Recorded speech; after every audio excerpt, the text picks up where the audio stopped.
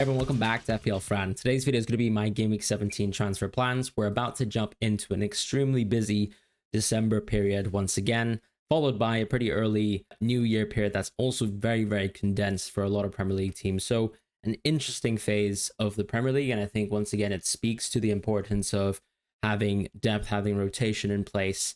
But sometimes you also feel like you're forced to make moves, and I do think that this is one of the game weeks where I think that is the case. And I'll talk about that in terms of my transfer plans. But let's quickly jump into the Game Week 16 review and sort of a breakdown of my team and where I think my team is at, what I think about the players, and what I think about planning ahead in terms of fixtures and chip strategy. So yeah, really good game week this week. I'm feeling great. Obviously, I'm first of all in a holiday period after work after a long year. So that's nice. 78 points, really good game week rank. The Bournemouth and West Ham game went as good as it really could have gone. Both sides using clean sheets. Bowen and Semenyo not getting anything in it. So very fortunate there. And the transfer to Lewis Hall many weeks ago has ultimately paid off now with me starting Lewis Hall here.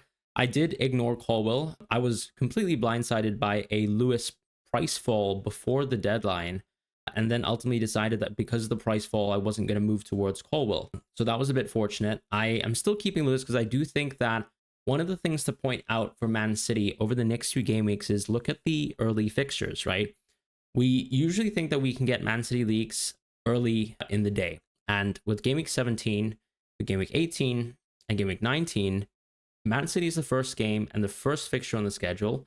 I do think that if there's any possibility, right? FPL Tony, maybe that this is straight to you, but give us the goods. This could be the time of the season where we could get some value out of Man City and the timing of their fixtures. And I think Lewis is one of those players where, you know, I'm not going to force playing Lewis because I think with Kovacic coming back, with some center backs, you know, already available potentially, Stones was on the bench, for example, Lewis's minutes could be a little bit dicier, but the chance to play some of those fixtures like Leicester and Everton is intriguing.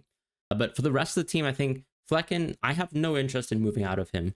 It's so likely to lose the clean sheet in the Premier League that him ultimately being a bit of a monster when it comes to saves is still a real viable way of just getting consistent clean points. Now, 3 points per match is not very good for a goalkeeper. Yes, that's absolutely true. But at the same time, we can see that Flecken sometimes does better. The clean sheets do feel sparse. He has a Southampton game in the distance in Game Week 20. So maybe the next time I'm moving towards a new goalkeeper would be around Game Week 21, that sort of time. But the way I see it, I'm only really planning to go from Flecken to Alisson if I'm really not wanting to go towards Jota. So that's an option for me later down the line. I won't talk about anything else really when it comes to Flecken because I just think that he's not really worth a transfer at this point in time. Raya is very intriguing. He obviously plays for a very good defense, but I've enjoyed the ability to keep a lot of my funds within the outfield players. And I think that has gotten me things like, for example, Alexander Isak in my team, as opposed to a world where, let's say, I have a more expensive goalkeeper and I probably have Solanke instead. And that's just how things go sometimes. As far as Guardiola, felt really happy keeping him. Very fortunate to get the goals. A very fluky goal in a sense. Lewis Hall, fluky with the assist as well, the second one. But you just got to accept the luck sometimes when it comes to FPL. I think the intended assist rule, I'm not going to debate it. I think, as I said, it's very fortunate. I'm not responsible for making these subjective calls. I think I've lost multiple clean sheets that I thought were definitive. James Maddison, for example, got his assist. It seems like suddenly there has been a change to the way that the rule is appreciated within the Premier League panel, whoever is sort of in charge of this. And it seems like they're now being a lot more flexible and now giving it, and maybe I'm wrong, but it seems like that could have been a change over the last few weeks, maybe that they've decided internally. As far as Gabriel, nice to see him back. I didn't get to play Lewis Dunk, thank God. And I'm happy, you know, I've missed out on Arsenal clean sheets, missed out on headers and set piece goals. Just nice to have a great player back in the team, which makes the team a lot stronger and makes waiting for Gabriel all that worthwhile. In the midfield, I would say, and actually just finishing off on defense, I mean, so I've spoken on Lewis Dunk, or sorry, Rico Lewis. I've spoken about Lewis Hall. Lewis Dunk does look absolutely awful. That Brighton team does look absolutely awful as well. Not just his individual mistakes, but just all over the place, really, as a team recently. The attack has looked poor. The defense has looked poor. Their baselines look like they're absolutely slipping. And this is very strange because this was a team who started the season with very respectable results. not just in terms of the points earned within the Premier League, but more specifically their performance within games. And that's completely slid off. Now, I'm sure Fabian can probably, correct the course of Brighton right now, but it is overall very concerning, the sort of level of performance shown by Brighton, and more specifically the underlyings. Once again, I have to go back to them because that is how we can kind of appreciate, I think, team strength shifts. Visibly, of course, they've been hard to watch as well, but it's like the amount of chances that they've actually presented some really, really poor teams. And I'm not saying that Crystal Palace is a poor team. Actually, I think Crystal Palace is on the upswing, right? A lot of people who have been sort of, I guess, neglecting the likes of Eze because of Elise leaving. I think now Crystal Palace actually looks firmly like they're on the upswing, and Brighton definitely look like they're on the downswing. But when it pertains to João Pedro, I think I'm not that worried. When it pertains to Lewis Dunk, I'm concerned that maybe Igor could come back into the team. Maybe that's a bit of a stretch for me, but yeah, overall, they just don't look like a good side. And he probably looks like my worst defender right now when it comes to FPL. In the midfield position, Saka has been absolutely terrible. I made a funny little tweet about how my moving away from Son to Saka and back to Saka has been absolutely disgusting in terms of how it's turned out for points. I feel like I've missed out on every single Son and Saka haul over this run, and that's just the way things unfold in FPL sometimes, right? You can move between really good assets, trying to optimize around fixtures. Now, obviously, I did miss out on Son versus Southampton, but I definitely had Son versus Ipswich. I had Saka over the last 2 weeks, which I think were good games on paper. And that's that, right? You just have to move on in FPL sometimes, and that's okay. Happy to own Saka, I think, at least up until Gameweek 21, because I do think that when you look at the midfield position, the only midfielder that I would arguably say, I'm a little bit jealous of other people owning, considering that Son has 2 really poor fixtures next, is actually someone like Bruno, who has some similarly good fixtures. Bruno has 1 poor fixture in Gameweek 20, which is Liverpool. But outside of that, I think he's a very interesting option in the future, where if I want to take some funds away from Saka, maybe move away from Saka, he could be an option to move into. But for now, I'm still happy that I have the structure in place of Saka, Palmer, and Salah, even though I'm not getting any points from Saka and I'm only getting price rises. With Mbeumo, it feels really lucky that we've gotten a nice haul versus Chelsea. Really good opportunity at the end of the game where he scored. I think it just shows, once again, the value of someone like Mbeumo. And I have to be honest, I was someone who was eyeing up transferring Mbeumo for quite a while now. And I still think I will ultimately sell Mbeumo. I'll talk about that in my transfer plans. But it does feel weird moving off of a player who's played so well recently and change sort of the narrative of how he's viewed as a pick. And that just happens from time to time in FPL. I think when you're a player who is quite important to your team, you have good historical baselines, you play 90 minutes per match, you're a penalty taker as well. I think there's just some value sometimes where you're not going to see production all the time. And I think Bruno is such a good example of this, right? He's gotten plenty of penalties recently, and we're all reminded of how important it is to play for a somewhat decent attacking team and being a 90-minute player that can sort of get that pen share at any point in time. And so even though Mbeumo hasn't been getting penalties, it's just also nice to see that his baselines historically have sort of been something that we can bring up, because it's not about, as I said, always, it's not about the last 3 to 4 games of football, because there are no studies that show that the last 3 or 4 games of football will reflect the next game of football the best. I think more data historically, and you can weight obviously the importance of it, is actually very relevant. And he's had nice baselines in the past. The last 2 games with Newcastle and Chelsea, pretty tough opponents, he's had really, really good underlyings. And that just shows you the value of a player who plays 90 minutes. I'm not going to gas Mbeumo anymore, but next week we have a home match, and that's probably going to be sayonara for Mbeumo potentially. As far as the forward line, we all know what Cunha did at the end of the game. I'm just happy that he didn't get suspended in the match the same way that Ryan Aït-Nouri did. I don't know if he's going to get away with it. It seems like, of course, that he could be suspended, but I also think that I don't know there's too much precedence around this, right? If he gets suspended, do they appeal? And does the suspension get rolled over? I'm not quite sure what the situation will be. I think he's probably deserving of a suspension. I think if you review the tape, it's very clear he probably does deserve it, because it was very malicious, I would say. But hey, I don't get to choose these things, so we'll have to just see what happens. But I'm sure that could mean a lot of people are going to force transfers in suddenly, or out rather, for Cunha. And in my case, it could still be a convenient time to sell, just because I would like to make certain moves. Going back to Guardiola as well, as I said, I felt very fortunate with the goal, but Man City's defense still looked absolutely horrible. The team, I think you can say, even Pep, for example, has been very adamant against the team's mentality. But I think with the sort of performance over the last 10 games, he's almost admitted that has seeped into the squad in terms of performances, in terms of mistakes. I'm not going to say that that adds too much, but I think we already have enough great sort of really poor underlying data from Man City to suggest that they're just a poor team right now with the sort of constructed squad, with the amount of players available. So yeah, it doesn't look great going forwards owning a Man City pick, but the fixtures are still there when it comes to someone like Guardiola, right? Everton, Leicester, West Ham, Brentford, Ipswich. That's 5 game weeks in a row with amazing fixtures. The big question is going to be whether I want to go for Trent once again. And I think a lot of people think that Trent is a trap, but I'm still very much confident that Trent's a very good player to own in FPL. And I think the more crucial thing is that locking in Trent in place means that I don't have to make very tough decisions when it comes to Game Week 24. And I'm kind of setting myself up for the future, whilst also taking into account that Trent actually himself has really good fixtures like Leicester at home, which I think pair up very nicely versus Guardiola's equally good fixtures. So I would say Guardiola has overall better fixtures, but I still hold Trent in extremely high regard as a pick.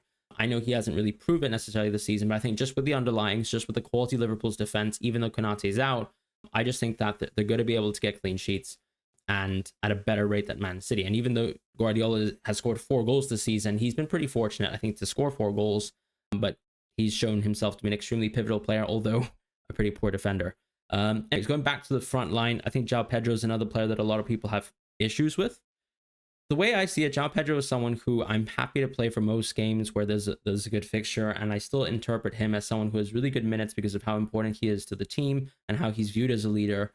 And you know, worst cases, even if he continues to look like someone who's been, for the last 2 matches, for example, really poor in underlying play, we know that the season-long data has been actually very positive for him. And on top of that, once again, he's a penalty taker. So having that sort of intrinsic value is very important, particularly in easier fixtures where you think that, of course, the likelihood of drawing a penalty is higher, even though Brighton just seem like they have absolutely nothing going about them, either on offense or defense. But as I said, I don't see him really as an issue unless his minutes suddenly turn to dust.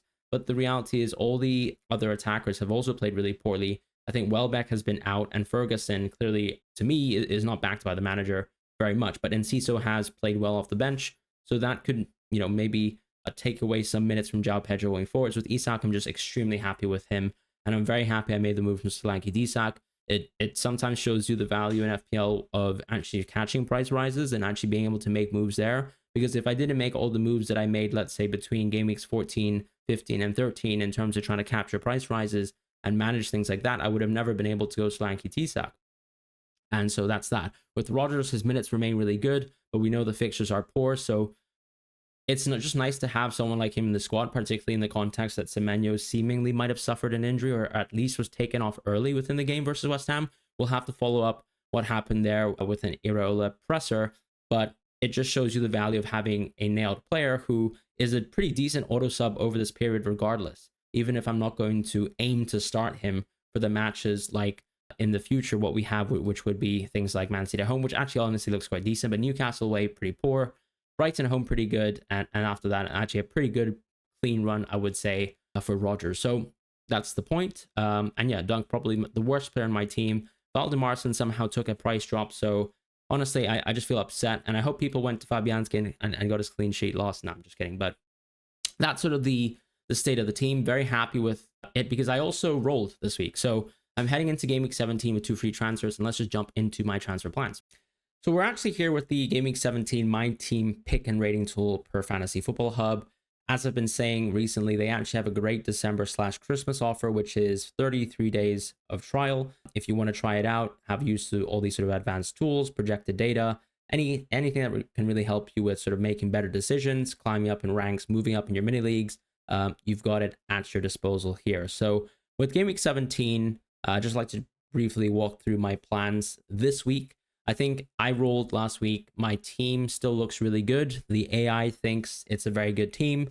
So do I. But I think to make it potentially better, if Cunha is suspended, which I think is plausible, my plan is to go from Cunha to Raul and to go from Guardiola to Trent. Now, the reason why I want to do this is because making these moves this week, I actually think there's a little bit of a value gain. I do think that Cunha versus Leicester away is worse than Raul versus Southampton at home. Now, the biggest question with Raul is going to be, what about Muniz? He's still a good player. Can Raul lose his number 1 starting position? And I do think that this is going to be a little bit of a bet over this period, right? How good is Raul going to be? will he play the fixtures that we want him to play? Because ideally, when I look at his fixtures, I want Raul to be playing versus Southampton. I want him to play versus Ipswich. And I also want him to play versus Leicester. The way the fixtures work is that Southampton at home, that's a 1-week rest period from the Anfield game, so I think he can start. Chelsea's a midweek game. Bournemouth is that sort of end of a game week game. And I think it's very likely that maybe he could get rested for Chelsea. Keep in mind that the last time that there were midweek fixtures, Muniz was actually the person who started versus Brighton. At the time, Brighton weren't actually, a team that was looking poor. In fact, I think Brighton sort of run a poor game started with that Fulham game. So I think that if you wanted to interpret that Marco Silva is the type of player who rotates Raul so that he can play the toughest opponents, I don't think that's necessarily true. So I think it is possible that Muniz could actually start versus Chelsea, that Raul would play versus Bournemouth at home, and then hopefully he would start in the next week versus Ipswich, depending on, of course, the performances of Muniz off the bench versus Raul starting. So that's my intuition, but I could be wrong, right? I could be completely wrong. It could be Muniz starting, but I'd also mention that there's a little bit of stuff that Raul has in the bank, right? He's had a good season so far. He scored quite a few goals. He scored a goal recently versus Arsenal. So I don't think that's going to be suddenly completely overwritten by Muniz having a good substitute appearance versus a 10-man Liverpool. So that's sort of my thoughts. Whether I think Cunha to Raul is actually, an upgrade of a move, it really just comes down to Raul's minutes, but I think that it does give me Trent.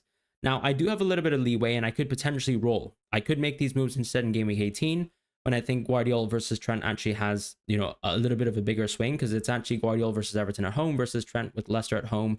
I think Trent arguably has a slightly better fixture, although you can argue that Everton just really, really struggled to score. The way I see it, though, is that I think Trent is still a better pick, and ultimately I want Trent for the double. So I'm going to sell Guardiola in this case here, pocket a little bit of money that can actually give me the flexibility of maybe moving certain players in the future, and we'll see how that sort of moves on to the next week. I think another thing too is that Trent is actually very close to another price rise, right?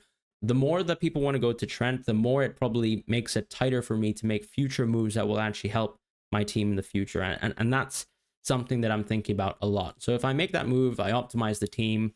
The interesting thing this week, I think just to mention too for Game Week 17 is the question about captaincy.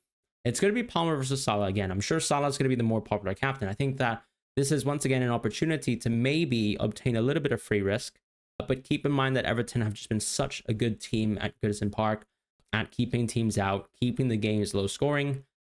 Hopefully, though, there's some value there. And Isak is once again an interesting captaincy contender this game week, as we can see with the fixtures. And also, I think he was last week, and he probably ended up being the hindsight optimal captain if you're thinking about any sort of plausible options from last week. So that's something on my mind. I haven't really decided between Palmer and Salah. I kind of like the idea that I want to bet against Salah, but then every week seeing Salah outscore my captaincy anyways isn't pleasant. So we'll see whether I actually follow through at the decision.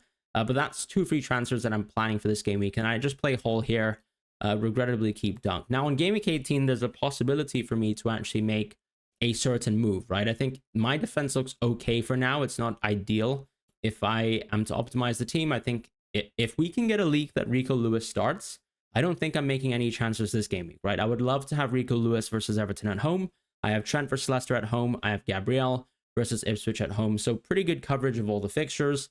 Flecken is the only one who really has a poor game here, and I'm not planning to move Flecken to anyone who's at his price point. So with Mbeumo having Brighton away, I think with Brighton playing so poorly and looking like such a poor defense, I think this is once again another fixture where I'm very, very happy to own Mbeumo. It doesn't actually look as previously bad as it did when I was looking at the horizon earlier, because Brighton have just fallen off a bit of a cliff.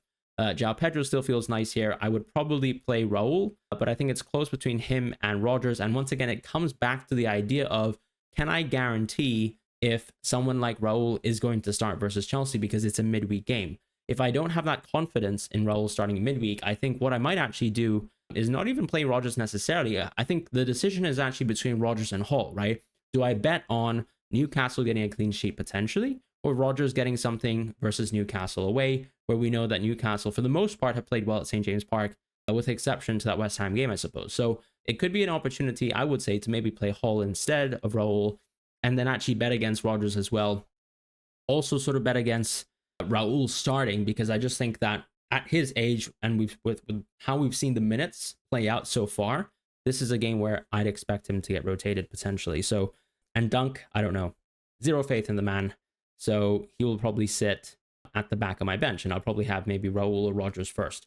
So that's kind of how I plan to play my team on Game Week 18. So I'll roll there. On Game Week 19, this is where I think that we can make some moves. The thing with Mbeumo is when we look at his fixtures, I think the arguably poor fixtures are Arsenal at home, Man City at home, and then Crystal Palace away and Liverpool at home. So actually, I mean, looking at it again, Man City at home is probably at this point unironically a good fixture. They've just been a really poor defense. Maybe they can shore up when it comes to getting more center backs within the team, and that can make it tougher. But yeah, I think Brighton away actually looks pretty good right now for Mbeumo. Arsenal definitely looks poor. The Southampton away fixture might be the one that I miss if I do sell Mbeumo, but I'd feel quite comfortable in actually benching him in most of these games. So I am planning to actually sell Mbeumo here and move into Eze. Now, a lot of people will find Eze extremely annoying, right? He was just subbed off at 60 minutes to be in preparation for the Carabao Cup. I think the alternative simply around this point in time is going to be someone like Ismail Assar as well, who actually just scored a brace versus Brighton. Amad Diallo is interesting, but I think his fixture run is a little bit different. And as per the transfer suggestions, I do think that, my options really is probably going to be a Crystal Palace player because they just have such a good run of games that actually competes versus Mbeumo, and they might be a player that I could actually get to that would allow me to upgrade certain players. Now, if I still think that Eze is the best player to go for from a midfield position from Palace, which, it might not be the case, his minutes could continue to look poor, and I might be able to change my mind on Eze, his minutes versus Sar's minutes in 2 to 3 game weeks time. So let's say I just take the more expensive player for now. I think Brennan Johnson as well is quite interesting. As you can see, Spurs would jump into Wolves at home, Newcastle at home. I don't actually mind Brennan Johnson because, as I've always said, I do prefer Brennan Johnson's goal threat naturally.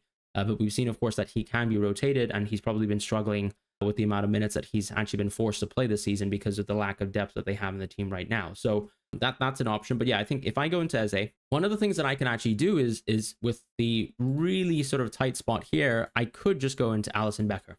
And this would set me up completely for the double, right? Game week 24 is when we think the Liverpool double will be. This would be one way I could go into a triple up of Liverpool, and I don't mind it so much, right? It still allows me to have a pretty strong midfielder over this run of games. The big question mark, though, is at Game Week 19, how good is Jota? How fit is Jota? And how bad is Darwin? Those are 3 questions I'd like to ask, right? Darwin is someone who I think is going to take a lot of minutes from center forward positions away from Jota. One thing we've seen recently, though, is that Luis Diaz at the 9 has been something that Slot has utilized a lot, and Gakpo has played really well. So if it's the case that, let's say, maybe Gakpo gets more minutes at the left wing position, I think that actually somewhat harms Jota's minutes because it's possible that Luis Diaz could play more minutes at the 9 as well. Not to mention that Darwin, even though he's been pretty poor, will take some minutes away from that 9 spot. And we've seen over the course of the season, if you look at Jota's minutes, there are some games where he played 89, 90 minutes, but I think there has been a bit of a progression with the season with how the minutes have unfolded. And I do think that Jota, especially in a fixture dense period, is so unlikely to be something like 75 to 90 minutes on average. It could be lower than that. And that's why I'm not super high on Jota. But that is the alternative, right? If I go from Mbeumo to Jota, that's always an option that I can go into. And maybe I could have even done that the week before, right? If I make the Trent move on Game Week 17, I could actually go to Jota on Game Week 18. And that's sort of a bet specifically over that Leicester at home fixture, which could be interesting. But the key thing is Mbeumo himself actually has a pretty good fixture in Game Week 18. So I don't really know whether I'm going to do that because it is a Brighton fixture, but it's still arguably maybe an upgrade to go Jota then. We'll see how it goes. My plan right now is to go to Eze in Game Week 19. This gives me Alisson. It's a bit of a boring way to go around triple Liverpool, but then I also think that eventually I want to go back to Mbeumo. This is probably the way that I'm going to do it, and I probably also will cut down some of the funds from the sort of defender position later down the line and sort of bring Eze back to Mbeumo is sort of my thrust thoughts. As far as Raul, he'll be someone that I can rotate over this run. So if I optimize the team, I'll be playing Raul over this run. I'll see whether he gets benched versus Chelsea. This would sort of give me a little bit of an indication as to whether I play Rodgers versus Brighton or Raul versus Bournemouth and play it like so. Hopefully, once again, we get a Lewis leak, and that could lead towards him starting. So I think the team actually looks pretty strong right now. But as I said, chiefly it's the question of what I do with Mbeumo in Game Week 18, right? Is it actually the case that maybe I go Mbeumo to Jota here, and that's how I plan to approach triple Liverpool, or do I go on Game Week 19 instead, and then actually move towards Eze versus Southampton at home, which I just think is such a good fixture whatever way we put it. So that's kind of my plans. The pick and rating client has actually reset. So if I just book in my transfers once again, if I go Cunha to Raul, if I go Guardiola to Trent, save those transfers and look ahead and go towards Mbumo to Eze. And then also the other plan, which is just to go Allison. This is pretty much how I would plan my transfers. And if I optimize the team, Game Week 20 is once again pretty decent fixture for Lewis. Great opportunity to play Rodgers as well. I don't have to play him, but I have really good depth here. It might be the case that I actually bench Eze instead. Moving forwards, I think you can see that I've got really good coverage of the fixtures. So I'm not too worried about the situation. Hall gets to be played once again. Wolves at home, just another good fixture. And then we kind of approach most of the fixtures here without really having to make a single transfer. I think I've got a strong defense every single week from this point on. And if we head towards the double, optimize once again in Game Week 24, this is Game Week 24. My double Game Week team could potentially just look like this. And I think it's actually a pretty strong team. And I've got so many transfers. I'm sure I can make so many different moves around this period to try and maximize over the double. I think the big plan, generally speaking, is probably if I back, let's say, Fulham as a team, Mykolenko is definitely an option. So maybe this is around the time that, look, if you look at sort of Man City's fixtures, it could be the time around Game Week 24 to maybe sell Lewis Dunk or Lewis. I think selling Dunk to Mykolenko is something that I have in my transfer plans, generally speaking, because I'm imagining that Brighton can still look pretty poor as a team. If I go to Mykolenko and optimize the team, I would play Mykolenko, given that there's going to be a double game week here. And this is actually a pretty good way to go about it. I could also make a move away from Rodgers, although I don't really like it because, yeah, I mean, there's an option of, let's say, Rodgers to McNeil, maybe some of the other midfielders available, but I don't love that move. I think I'm probably going to persist with 4 players at this point from the doubles. It could be the case that if I, let's say, went Jota all the way back when, that I suddenly arrive at this fixture and probably have the option to move into someone like Pickford, but we'll have to just see how it goes. I think it's pretty likely that I'm going to go the Alisson Becker path, but I think it also depends on how I really think Jota will manage his minutes. And sorry, that's more of a slot thing as opposed to a Jota thing, because yeah, I'm sure Jota wants to play as many minutes as possible, but he also clearly has physical issues. Generally speaking, we know he's always been injury prone, and I'm sure Slot will want to try to keep him fit for the rest of the season. And they have so many fixtures to manage and so many cups that they're still involved in that we'll have to address that situation. So those are my transfer plans. Loosely in the future, I think the idea is, how to triple up on Liverpool. Is it Trent plus Jota or Trent plus Allison? How to go out of Mbumo? Is it once again Jota, or is it going to someone like Eze or someone cheaper? Like Amad Diallo is interesting, but I don't really need Amad Diallo if I'm going to spend a little bit less money on the forward position. So that's something on my mind, but that's my transfer plans. Thank you guys so much for watching. I hope you guys have a wonderful game week, and I'll see you guys soon.